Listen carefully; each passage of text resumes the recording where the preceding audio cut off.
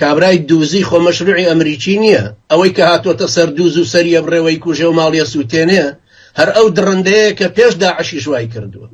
بۆ ئەو کەسانەی 18 کەس ناویان عومەر بوو فیشەک نراوە سەرە بە مشار جەرگ و دڵیان دەرهێنرابوو لە بەیاع بەس لەبەرەوەی مشتەرەک لە ناویانە ناوەکانیان عومەر بوو.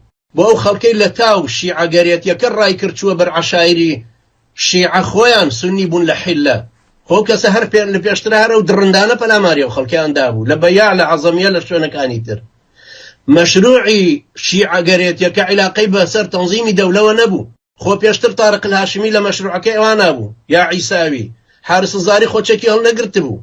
خۆ مەشروعە سونیەکە ئەسڵەن عیلاقەی بە هیچ شتێکی ئەمریکاوە نەبوو، بەشدار بوو لەگەڵ مەشروعی احتیلالە. بەڵام لە هەمان کاتە ئەم شیعەگەریانەی کە خوێنی ئیمام حوسین لە ئێمە ئەسەنەوە بەخوا فەرق ناکە براوەڕێزەکەم. خۆ کابرای کوردی شەڕەڵەن کوڕی ئەبوبەکرە، کوڕی عومەرە، کوڕی عائیشەیە، ئەگەر نەش بۆڵێ ئێخەر کوڕی سەلاحەدینی ئەیوبیە کە دەوڵەتی فاتیمی ڕماندووە.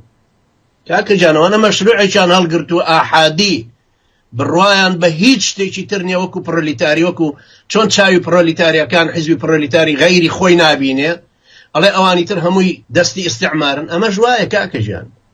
لەبەرەوە ئێستا کوردستان لە بەشی باشووریە ئەوە ناکە منطقە تەسلیم کراوە کە لە 150 نیوەکەی تری زۆنی سەوز هەمووی کەوتۆتە دەستی شیعەگەری وەحشیگەریەکانی دڕندەکانی سەفەوی نوێ. قسەکردن لەسەر ئەمە ئێستا قسەیەکی ترە. ئەما تۆ بڵێ وەڵا ئێستا مەشروعمان نییە. مەشروع هەموو وەختێکی تر هەبووە، بەڵام نەخوێنەوارەکانی قەومینیان خوێندۆتەوە ئێمەیان قبوڵ نەکردو.